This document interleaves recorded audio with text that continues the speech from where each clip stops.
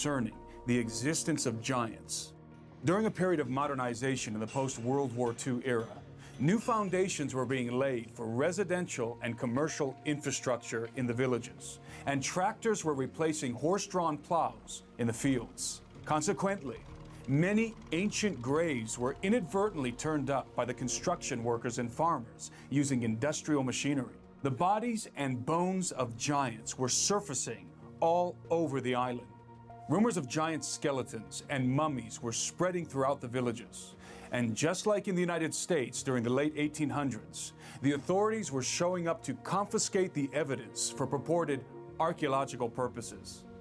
But instead of representatives from the Smithsonian Institution, in Sardinia, government agents from the capital city of Cagliari and Catholic priests, in some cases from the Vatican in Rome, were dispatched to seize the bones of the disentombed giants and secret them away to unknown repositories. There is a significant Vatican presence in Sardinia, especially in and around areas of archaeological interest. In fact, a domed church just so happens to be located right at the base of the solitary pyramidal mound sticking out of the landscape like a sore thumb. The church is the closest structure in proximity to the mound on the outskirts of the local village. Judging from our experience in other parts of the world, I highly doubt that the location of this church was an afterthought.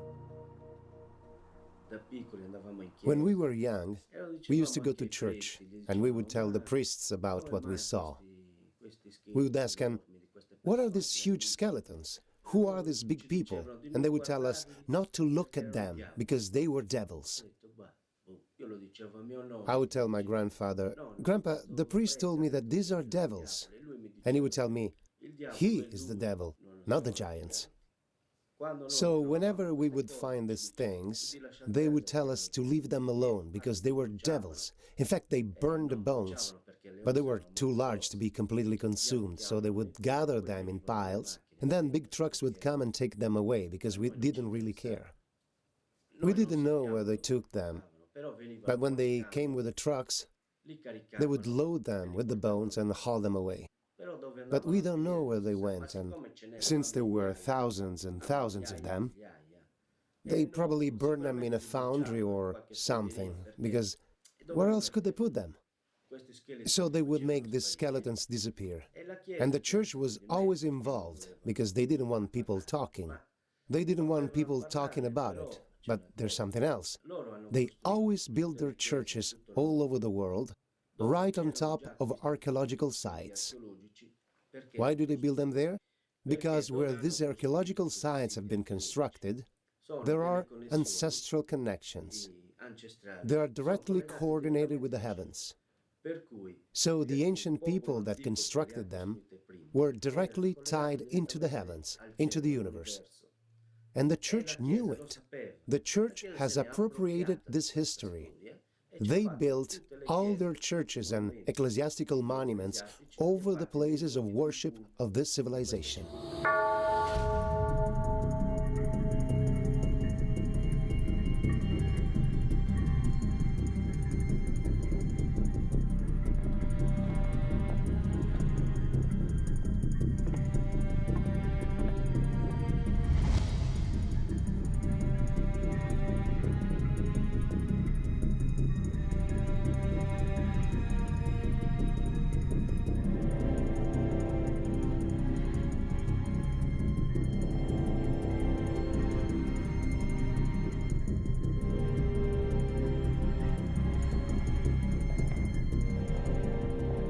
We're in Dolianova, in the church of San Pantaleo. This cathedral is found in the middle of an archaeological area. As you can see from the floor here, there are steps which lead downstairs where there's a large necropolis and many other finds. This church is particularly significant because later, around the 12th and 14th century AD, frescoes were added along the apsis and also on the side of the naves.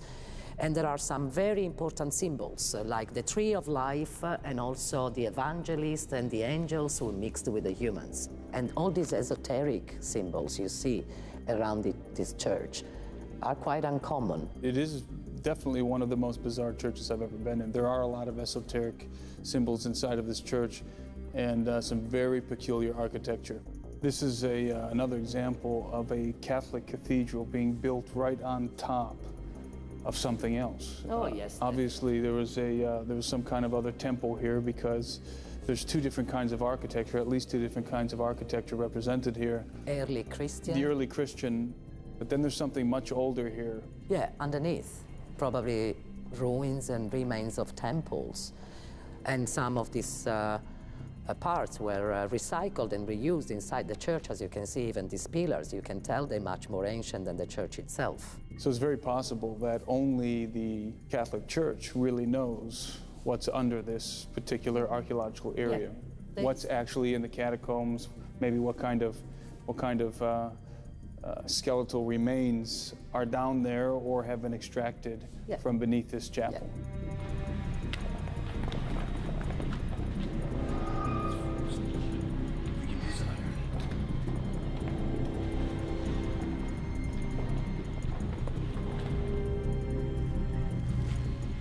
This is an old baptismal pool here below the altar of this little cathedral. And it's obvious to us that we have some newer construction, such as this pillar. But there's a lot of older stuff down here too that belong to whatever temple or necropolis or whatever was here before the Catholic Church decided to build a cathedral over it. This wall is obviously blocking another chamber, another underground chamber beneath the cathedral. And we can see that there's actually an arch here. So there was something else here, obviously. This was an archway, which means that this floor was probably lower, unless this is some sort of a sewer, who knows. But one thing is for sure, there's another cavern back there. And these rocks have been placed there purposely to block entry, and this wall has been built to block entry. But my guess is there's probably another entry somewhere else, maybe around outside of the church, or somewhere in the vicinity to access whatever's below this location. So this is proof positive that when we say Catholic cathedrals are actually erected on top of ancient pagan constructions and catacombs and underground passageways, we're telling the truth.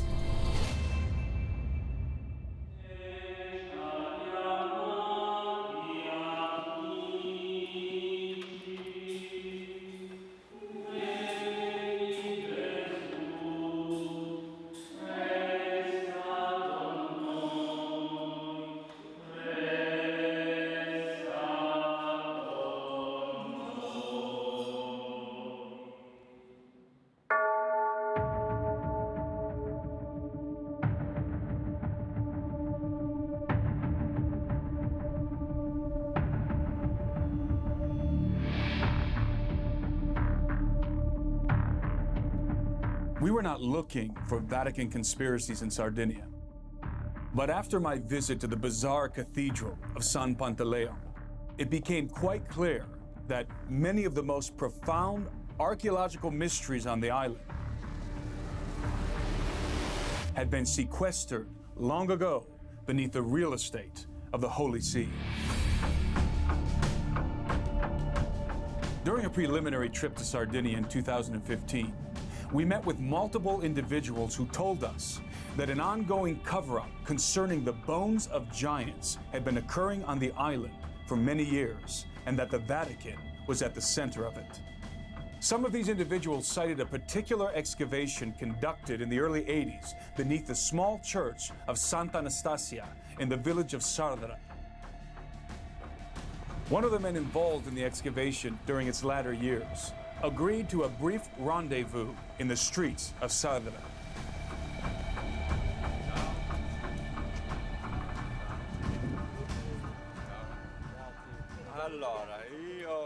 Concerning the skeletons of giants, I worked in Santa Anastasia, where there is a neuralgic archaeological site.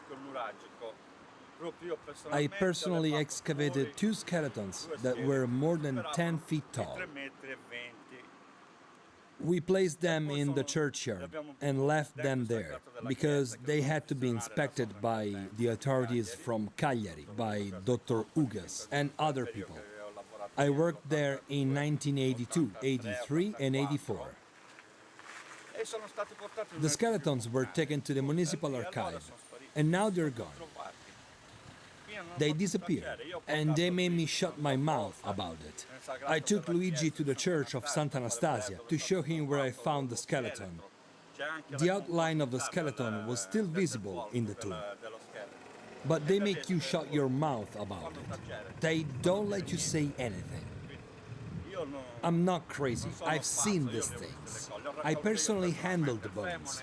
The femur was this high. This part was like this high.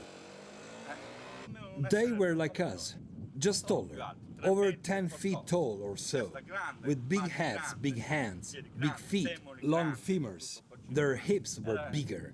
They were proportionally double our size. For example, I'm 5 feet tall. They were 10 feet tall. You understand? Does the government of Sardinia know that there used to be a race of giants living on this island, in your opinion? Le autorità in Sardegna lo sanno dell'esistenza di una razza di giganti che vive qui? Yes, in my opinion, they know. I think they know, and they are covering everything up. When I worked for the municipality of Sardara, I worked there for 1 year, for 6 months, and then for another 6 months the following year. I found skeletons, I found artifacts, bronze statues, discovered the first nails made of bronze. And those were taken too, but I was able to get them back. But the skeletons of the giants are gone. Nobody knows what happened to them. In my opinion, the authorities from Cagliari are behind this. The church is also involved. Something is going on. The Masons are always involved. I think it's the Masons, the Illuminati, whoever they are. The Masons have the cash, so they hide everything.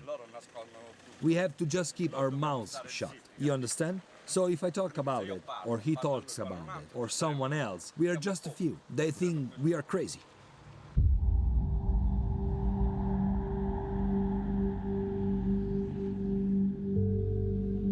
My name is Giuseppe Pulici. I was born in Sardara. I live in Sardara. And I worked on the excavations of Sant'Anastasia in Sardara. I was hired by the municipality of Sardara in 1979, 80, and 81. I was paid by the municipality of Sardara, and I used to work there for 3 or 4 months at a time, and I found skeletons of various dimensions.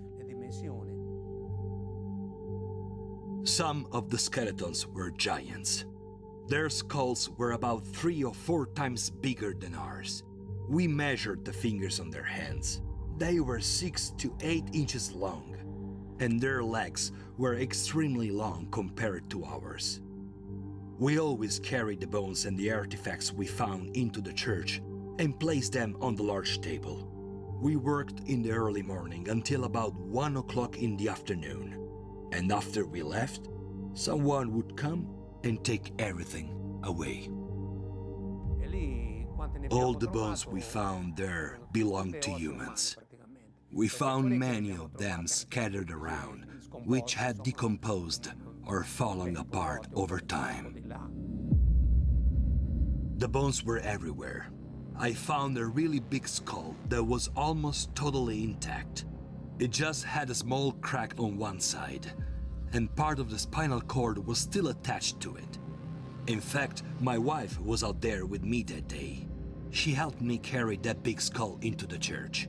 We placed it on the table with the rest of the artifacts. When we came back the next day, it was gone. Besides all of this, I also found some lens tips, some earrings, some pearls, some bronze statues, some bars made of bronze, earrings, and many other things. There were also huge plates and cups similar to what we use for coffee, for example. But they were enormous. They were not like the cups we use today. I mean, they were cups, but they were enormous. On one occasion, we opened the chamber buried in the nuraghe and discovered the skeleton of a giant that was seated at the table with an enormous plate in front of him. There were even some oyster, mussel, and clam shells that he had been eating still left on the plate. We carried the skeleton out of the nuraghe and placed it on the table in the church. And like usual, someone came during the night and took it away. We were finding so many bones